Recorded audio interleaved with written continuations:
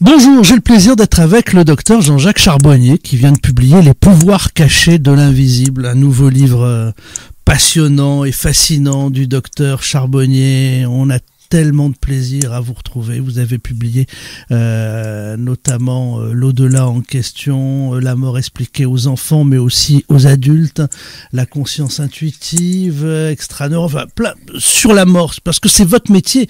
Vous êtes médecin, vous êtes dans la réanimation, donc vous avez vu des gens qui sont morts quelques secondes, qui reviennent après, ou quelques minutes, voilà, ça vous l'avez expliqué dans un précédent livre, oui. Et qui vous racontent des choses. Parfois, il n'y a rien, et parfois, il y a des choses incroyables.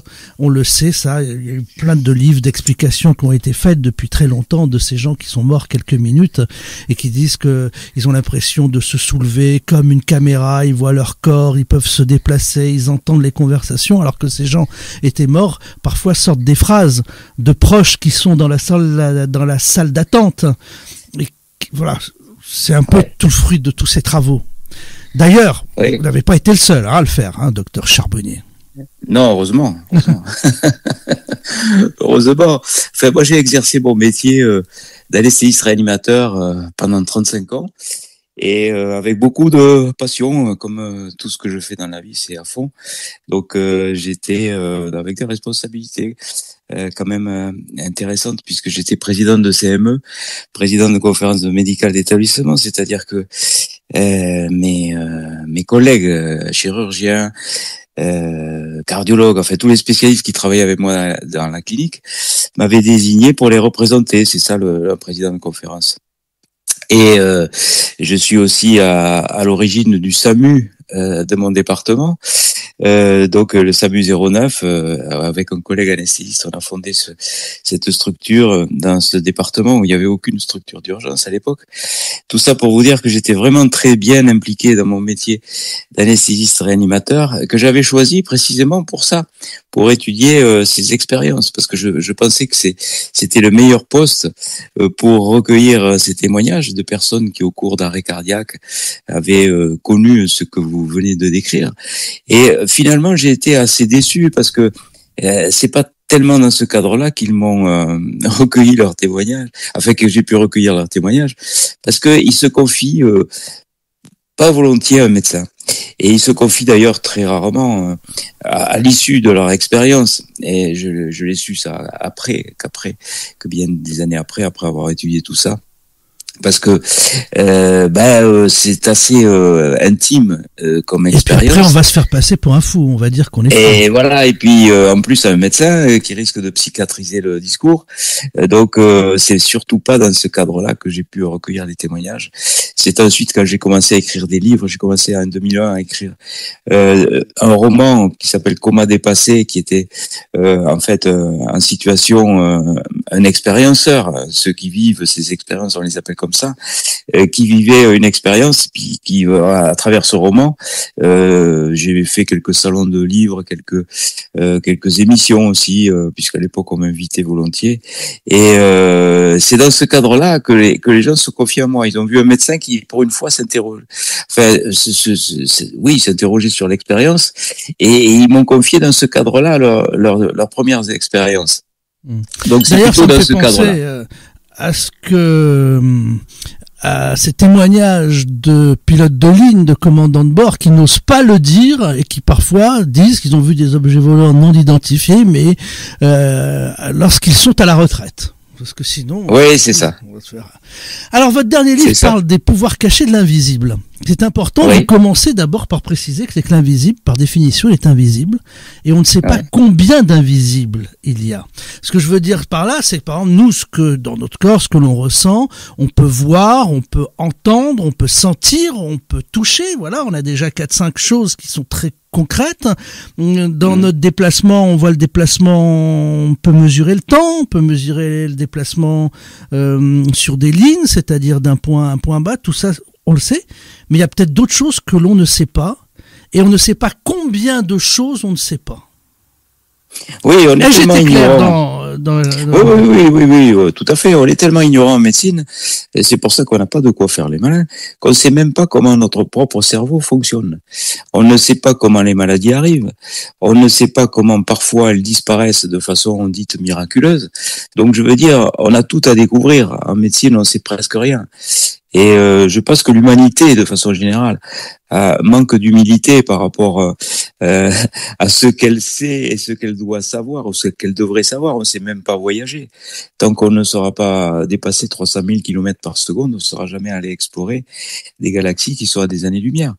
Donc on est un peuple, l'humanité est un peuple qui manque d'humilité. On est en train de détruire le seul endroit où on peut habiter. On ne sait pas voyager, donc on ne sait pas aller ailleurs. Et en plus, on se tue régulièrement entre nous. Donc voilà, on est dans cette configuration-là. Et malgré ça, on pense tout savoir. Et tout ce qui ne rentre pas dans les dogmes que l'on s'est fixés, en particulier le fonctionnement de la conscience, eh ben, ça n'existe pas, tout simplement. Alors que la science, elle devrait avancer en fonction de l'observable. Ne pas éliminer les choses qui ne sont pas expliquées par les dogmes que l'on s'est fixés, mais au contraire, se fixer d'autres dogmes en fonction de l'observable. C'est ce que j'ai fait avec cette proposition de conscience analytique cérébrale dissociée d'une conscience intuitive extraneuronale pour expliquer ces expériences de façon rationnelle, on va dire. Et cette exposition a été proposée dans une thèse de doctorat en médecine que j'ai dirigée, j'en ai dirigé plusieurs sur le sujet. Mais la dernière est intéressante, c'est la thèse de François Lallier qui a étudié pendant 3 ans 118 cas d'arrêt cardiaque, répertoriés selon les critères de Grayson pour authentifier l'expérience comme étant une expérience réelle. Et on a pu dégager 18 personnes qui avaient vécu ces expériences et qui ont pu donc raconter ce qu'elles avaient vécu lors de ces expériences incroyables. Et ce qui était très intéressant, c'est que dans cette thèse, j'ai pu proposer mon hypothèse de conscience analytique cérébrale dissociée d'une conscience intuitive extraneuronale pour expliquer l'expérience. Parce que si on considère que c'est le cerveau qui fabrique la conscience, toutes ces expériences sont tout simplement impossibles. Donc j'ai voulu faire cette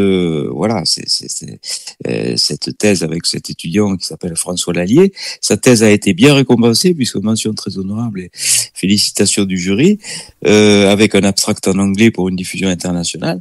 C'est dire que la communauté médicale dans son intégralité ne récuse pas cette hypothèse de conscience délocalisée pour expliquer l'expérience, la conscience intuitive extraneuronale dissociée d'une conscience analytique cérébrale.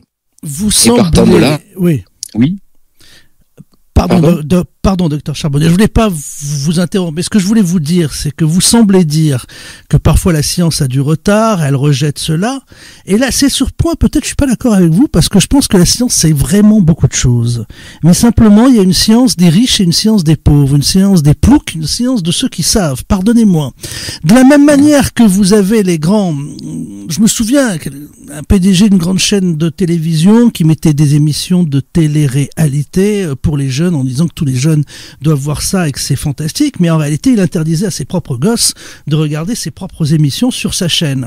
De la même manière que les PDG de la Silicon Valley ne font pas l'éducation de leurs enfants avec des tablettes et des smartphones, mais avec des stylos, plumes, voilà, et un bon vieux cahier. On leur apprend à écrire et à compter. De la même manière pour la science, peut-être qu'il y a, on sait, des organisations, la CIA, vous le dites aussi, qui manipule très bien tout ce que vous dites, hein, qui vous prend pas pour, qui sait très bien que ce que vous dites est vrai. D'ailleurs, ils avancent. Mais dans le même temps, sur les plateaux télé, on fait croire que ça n'existe pas. C'est pour ça que je disais la science de ceux qui savent et de ceux qui ne savent pas.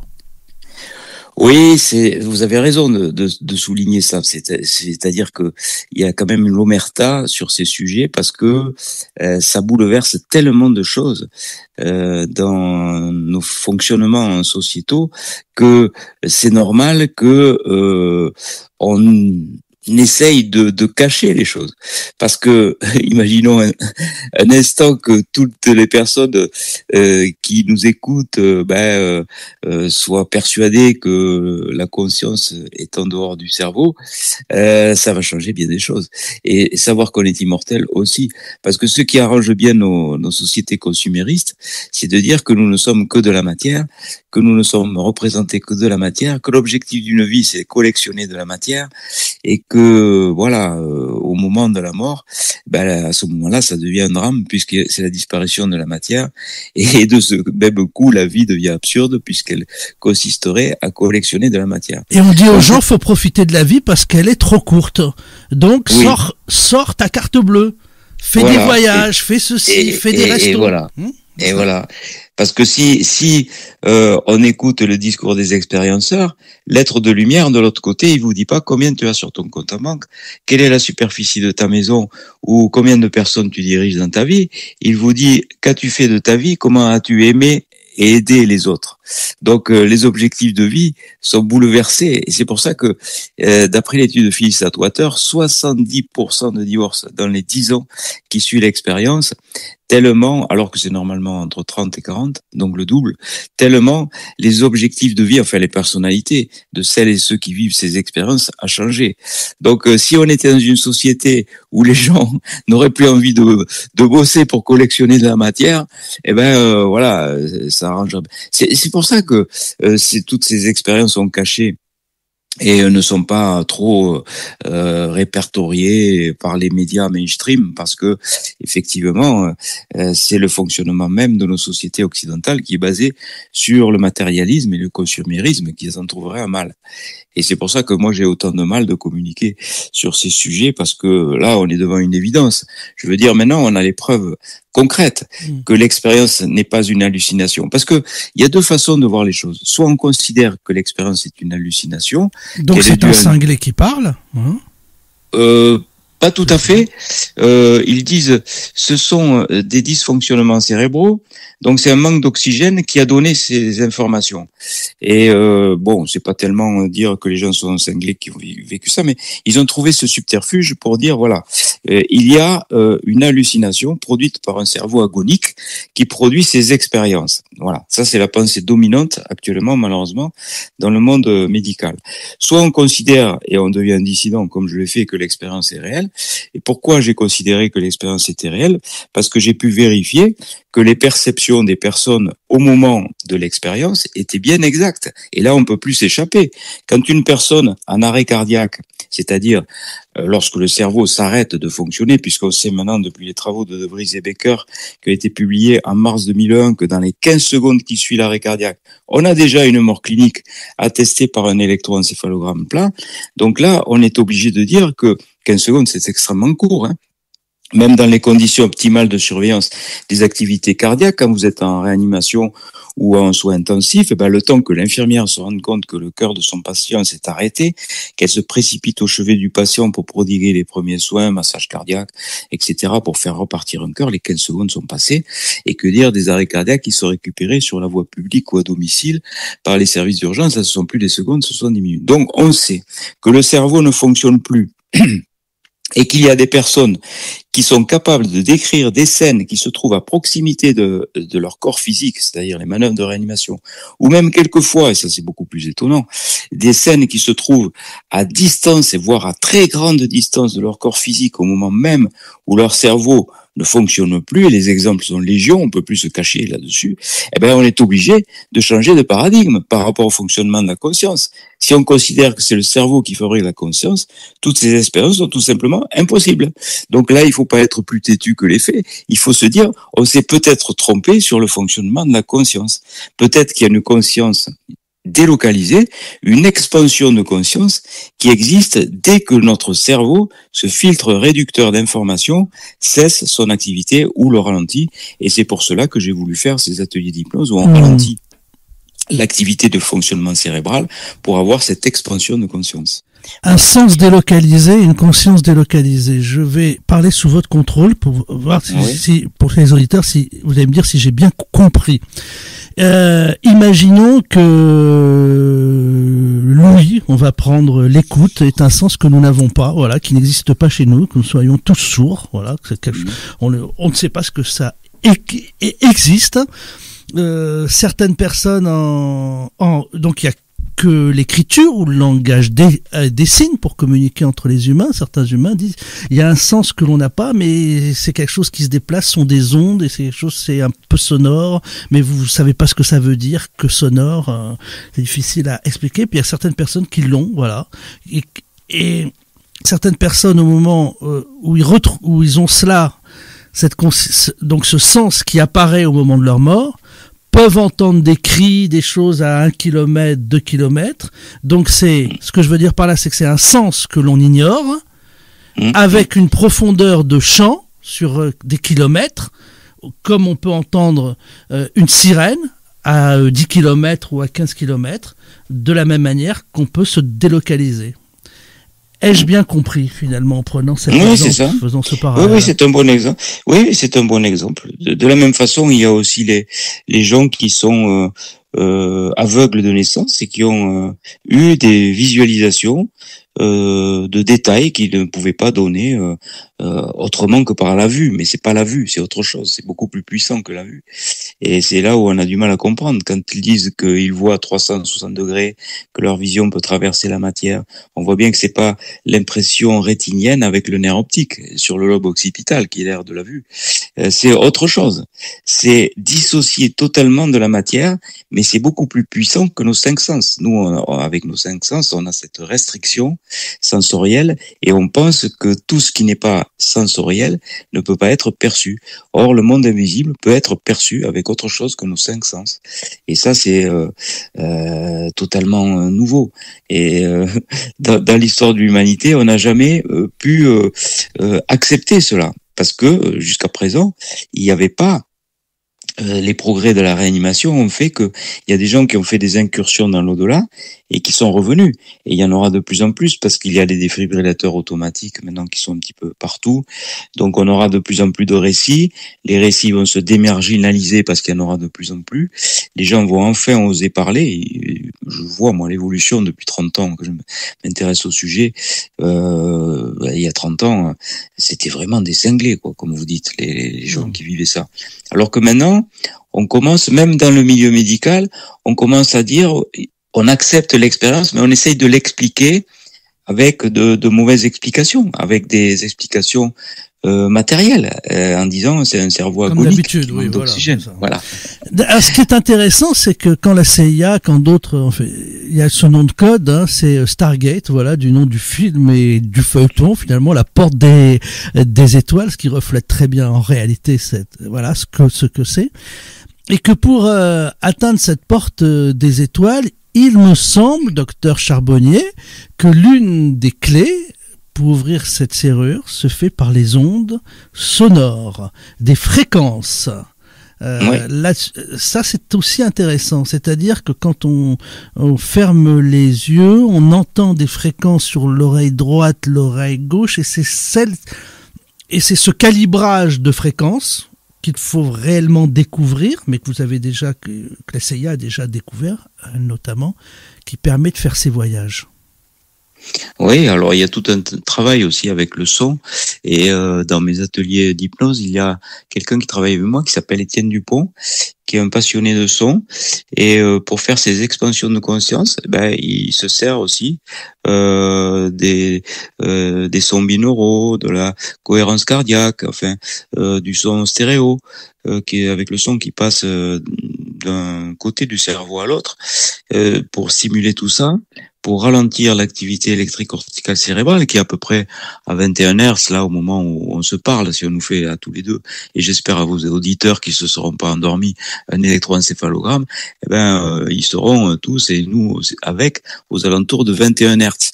Si on arrive à ralentir cette activité en dessous de 14-13 Hz, on va être dans une zone où le cerveau commence à éteindre sa faculté analytique qui censure les informations extrasensorielles et on commence à avoir des expansions de conscience avec à peu près les mêmes expériences que l'on retrouve dans l'expérience de mort provisoire. Puisque moi j'ai maintenant un gros public de participants. J'ai dépassé 45 000 participants, de personnes qui ont été sous hypnose par ma technique particulière. Et on a vraiment des récits qui ressemblent beaucoup à ces récits que j'ai collectionnés pendant toutes ces années sur les expériences de mort provisoire. Vous voyez, je préfère les appeler expériences de mort provisoire qu'imminente, puisque la mort est déjà là. Hein. Voilà, oui, c'est très intéressant ça aussi. Ben oui, parce que voilà, on est déjà dans une période où la mort clinique est déjà installée, le cerveau fonctionne plus clairement. Donc il y a d'ailleurs un terme qui a été employé la première fois par les anesthésistes réanimateurs, le mot ressuscitation, et qui est maintenant dans le dictionnaire. Et quand on regarde la définition de ce mot, retour à la vie après des manœuvres de réanimation. Donc si on dit retour à la vie, ça veut bien dire implicitement qu'on conçoit qu'on puisse la perdre à un moment donné. Donc ça aussi c'est nouveau, parce que jusqu'à présent on pensait que le cerveau fonctionnait tout le temps et que au moment de la mort il s'éteignait et puis c'était terminé quoi. Dans nos études de médecins, on doit rappeler à longueur d'année que nous sommes des sortes de robots biologiques animés par des pensées biochimiques, que nous ne sommes que de la matière et des organes, que le cerveau est un organe qui fabrique de la conscience comme la thyroïde fabrique des hormones thyroïdiennes, et que une fois que ces organes n'existent plus, il n'y a plus rien, quoi. Voilà. C'est ça la pensée dominante dans le monde médical. Et c'est d'ailleurs assez curieux parce que quand je discute avec mes collègues qui sont médecins, la plupart d'entre eux ont une religion. Ils sont catholiques, ils sont juifs, ils sont protestants. Il y a quelques bouddhistes aussi, c'est plutôt rare chez les médecins, mais il y en a. Dans toutes les religions du monde, on dit qu'il y a une vie après la mort. Dans toutes. Alors, ils mettent leur blouse blanche, ils n'y croient plus, et ils l'enlèvent, ils y croient. C'est quand même assez schizophrénique comme position dans la vie pour se comporter comme ça. Je sais pas comment ils font, mais ils arrivent à se c'est schizophrénique. Moi, ce que je retiens finalement, je vais prendre cette image que le corps humain, finalement, ce serait un peu. On va prendre l'exemple d'aujourd'hui de nos ordinateurs qui sont tout le temps connectés sur le cloud avec toutes les données qui sont téléchargées en permanence. Et l'ordinateur n'est finalement qu'un disque dur et qu'une carte mère. L'ordinateur, c'est le corps humain. Il vieillit, mais chaque durée de vie, il envoie sur le cloud vos nouvelles photos, vos nouveaux textes, voilà, toutes vos données. Si vous laissez tomber votre ordinateur aujourd'hui par terre ou dans l'eau et qui se casse, et donc c'est la mort humaine, finalement c'est pas très grave parce que quand il y a un nouvel ordinateur qui arrive, il retélécharge du cloud toutes les données et finalement la chose ne s'est pas arrêtée. Est-ce que c'est un peu ça la conscience par rapport au corps humain ?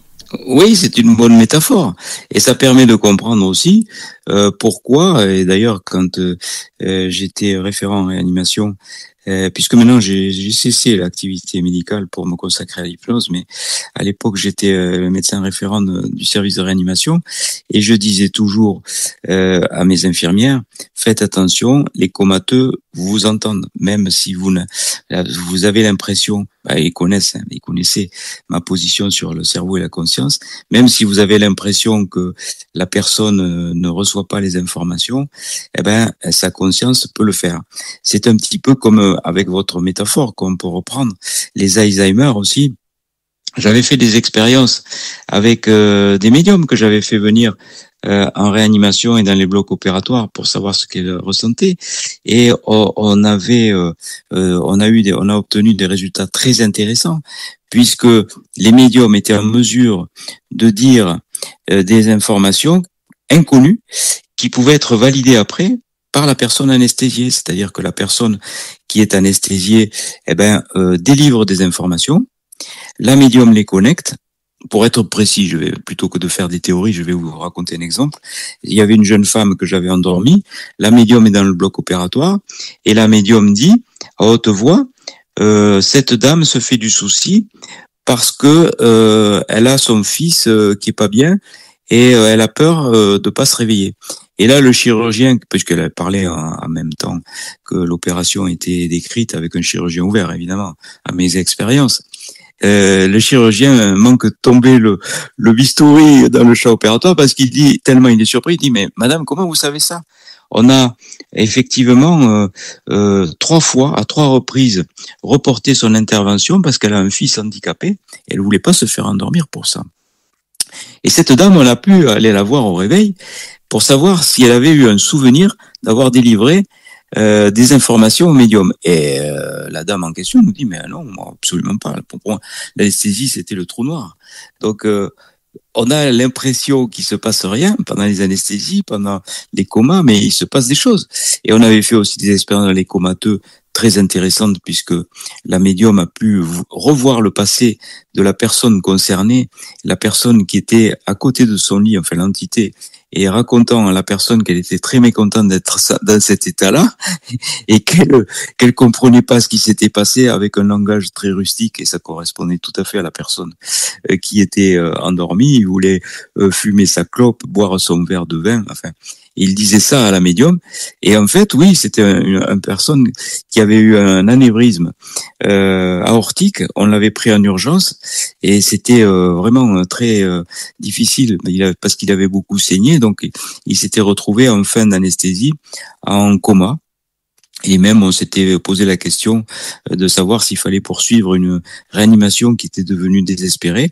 Et en fait, non, ce patient, on a pu le sortir. Et il est sorti de réa sans aucune séquelle. Et il disait, je vais faire quelque chose, parce que c'est pas normal quand même d'avoir été dans cette situation avec un simple mal au ventre. Je me retrouve avec un mois de réanimation. Il pensait qu'il y avait eu une erreur médicale ou je sais pas quoi. Enfin, bref. Et c'était tout à fait la personnalité. Et cette médium fait aussi des contacts avec les personnes qui sont Alzheimer. Donc vous voyez que votre métaphore est bonne, parce que l'iCloud, il est intact de l'autre côté. Le programme est intact, la conscience est intacte, mais c'est comme si notre cerveau était un récepteur, un ordinateur qui est capable de recevoir le programme. Donc quelquefois, il est abîmé, il est vieux, comme dans l'Alzheimer. Donc on a l'impression que la personne ne communique pas, ne peut pas recevoir. C'est que le Wi-Fi n'est plus très bon, il capte plus toutes les données. Le Wi-Fi n'est pas. Voilà, c'est ça. Mais l'ordinateur, on n'est pas que l'ordinateur. On est surtout cette conscience délocalisée. Enfin, c'est comme ça que je vois les choses. C'est la façon la plus rationnelle et la plus simple d'aborder tous ces phénomènes, parce qu'il y a tous les phénomènes connexes, que ce soit les expériences de mort imminente, d'accord, ou provisoire. Mais il y a aussi la télépathie, il y a aussi la prémonition, il y a aussi l'intuition, il y a aussi le remote viewing, la visualisation à distance. Ouais, ça, vous impliquez ça dans le livre. Ça s'appelle Les pouvoirs cachés de l'invisible. C'est publié aux éditions Très Daniel, c'est le nouveau livre du docteur Charbonnier. Il n'y a pas d'ailleurs, il n'y a pas d'antagonie, il n'y a pas de conflit finalement avec les croyants. Que vous soyez, c'est ça qui est très intéressant, parce qu'en fait, plus la science approche, plus elle semble se rapprocher de Dieu. Alors peut-être que vous évoquez Marie, les apparitions en Égypte. Je vous pose une question sur Zeytoun, d'ailleurs, c'est très intéressant. Finalement, j'ai déjà eu cette conversation avec Jean-Claude Bourret, par exemple, qui croit vraiment, qui est très extraterrestre. Mais est-ce que Marie est forcément extraterrestre, puisqu'elle n'est pas terrestre, donc même si c'est Dieu, voilà. Donc il y a beaucoup de choses qui sont troublantes, parce qu'elles valident finalement les 3 religions monothéistes. Qu'en pensez-vous ? Oui, moi je pense que c'est rassembleur. La spiritualité, c'est vrai que c'est différent des religions, parce que dans les religions, il y a aussi des dogmes, il y a aussi des hiérarchies, il y a aussi des sanctions, il y a aussi Et la spiritualité, c'est beaucoup plus large. Il n'y a pas de dogme, il n'y a pas de.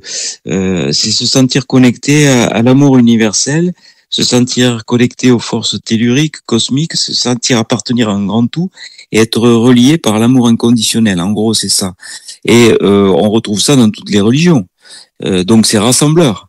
Les religions sont bonnes à condition de pouvoir les exercer avec son cœur, c'est-à-dire que être en parfaite harmonie avec sa religion pour exercer sa spiritualité. C'est un excellent moyen d'exercer la spiritualité. Maintenant, il y a aussi des religions qui sont prises comme outils guerriers et qui ont été détournées de leur fondement. Donc ça, il faut faire attention. Bien sûr. Vous aviez compris le sens de ma première oui, bien réflexion. Sûr. Parlez-nous de Zeytoun un peu, on va terminer aussi là-dessus. Ah ben Zeytoun, C'est incroyable. C'est incroyable. Moi je connaissais pas du tout et j'étais ami avec le père Brune qui peut-être vous connaissez, qui est le père Brune. C'est un prêtre qui a dédié sa vie à la communication avec l'au-delà par la transcommunication instrumentale. Donc c'était un ami très cher. Et d'ailleurs, quand il est parti de l'autre côté, il a fait le tour de ses amis par téléphone parce qu'il savait que le plus grand voyage, il disait toujours, il terminait toujours ses conférences en disant, je sais que le plus beau jour de ma vie sera le jour de ma mort. Et effectivement, il m'avait téléphoné, il m'a dit, tu sais, le plus beau jour de ma vie approche, alors je fais le tour comme ça avec mes amis et je voulais que tu saches que je t'aime. Voilà, ça a été sa dernière phrase. Et préalablement, il m'avait dit que la transcommunication hypnotique, c'est-à-dire ce que je fais, allait prendre le relais pour complémenter la transcommunication instrumentale. Donc lui, il s'est passionné pour recueillir les témoignages des défunts sur des bandes magnétiques sonores. Enfin, c'est pas lui qui faisait ça, mais il s'est passionné pour ceux qui faisaient son travail. Il avait écrit ce fameux best-seller Les morts nous parlent, qui a été traduit dans plusieurs pays et qui donc a expliqué comment ça fonctionnait. Et c'est d'ailleurs pour ça que moi j'ai appelé la transcommunication hypnotique le moyen de communiquer avec les défunts par l'hypnose. Lui, c'était par le moyen d'écran, de vidéos, de télé ou voilà, des bandes sonores. Et on avait des messages tout à fait surprenants. Et là, au début, moi, je pensais pas possible ces choses-là. D'ailleurs, on avait eu beaucoup de discussions avec lui à ce sujet. Et puis jusqu'au jour où il m'a fait voilà la démonstration, et j'ai été complètement conquis parce que on a vécu ensemble l'expérience. Donc, ce père Brune m'avait dit, je viendrai te voir si c'est possible, si on m'en donne l'autorisation, en hypnose. Et plusieurs fois. Il est venu avec des participants qui m'ont dit, ben voilà, par exemple une participante qui me dit, j'ai vu un prêtre qui se prénomme François et qui me dit qu'il vous aime. Voilà. Donc ça, elle pouvait pas l'inventer, c'était confidentiel, c'était ses dernières paroles au téléphone. Et quand je lui ai montré sur mon iPhone le portrait du père Brune, elle m'a dit, oui, c'est lui que j'ai vu en hypnose. Elle le connaissait absolument pas. Donc, ce père Brune m'avait dit, si un jour tu vas en Égypte, n'oublie pas de passer à Zeytoun. Zeytoun, c'est une petite église où est apparue Marie à des fidèles, des musulmans aussi, beaucoup de musulmans là-bas en Égypte. Pendant un temps, il y avait des millions de personnes qui ont pu assister aux apparitions régulières qu'elle faisait. C'était beaucoup plus régulier qu'à Lourdes, pourtant Lourdes est beaucoup plus connue. Et donc c'est pour cela que, évidemment, quand j'ai eu cette proposition de faire ce périple en Égypte, j'ai dit à l'organisateur, je voudrais absolument passer par Zeytoun parce que voilà, le père Brune m'a donné cette recommandation, et effectivement on est parti avec mon groupe de 50 personnes, on était, et on a rempli à nous seuls toute la petite église de Zeytoun, où on s'est connecté aux énergies mariales, puisque moi, c'est ces énergies-là qui me parlent beaucoup, avec celle du Padre Pio. Donc, effectivement, moi, je fais pas de prosélytisme, et je n'en parle pas dans mes séances d'hypnose.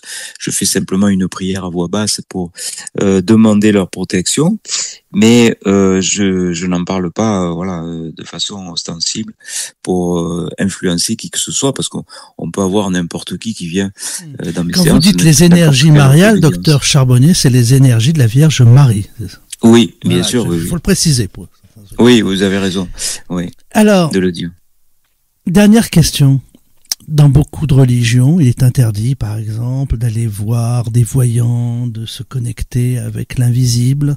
Alors pourquoi chercher à se connecter avec l'invisible? Car s'il est invisible, peut-être doit-il être invisible, et il ne souhaite pas, et il a ses raisons, peut-être, pour rester invisible, et que ses forces supérieures, on va dire, que ce soit Marie, Dieu, extraterrestre, peu importe, ces forces supérieures souhaitent que pour nous, demandent à ce que cela reste invisible et que l'on fait une transgression en faisant cela. Est-ce possible? Enfin, moi, je Est-ce pense que vous pas, jouez parce que avec le feu? C'est ça. sinon je le ferais pas. Si j'avais cette conviction, je ferais pas tout ce que je fais, évidemment, puisque moi j'essaye de mettre en exergue, au contraire, le monde invisible pour montrer qu'il est tout proche. Quand on fait 6 séances d'hypnose, on soulève le voile du monde invisible et on voit qu'il est vraiment accessible, quoi.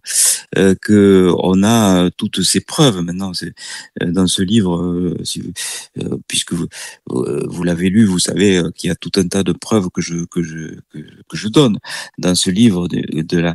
Ah oui, mais c'était pas le sens de ma question, hein. J'ai pas remis en cause. Ma question, c'était peut-être que l'invisible veut être invisible.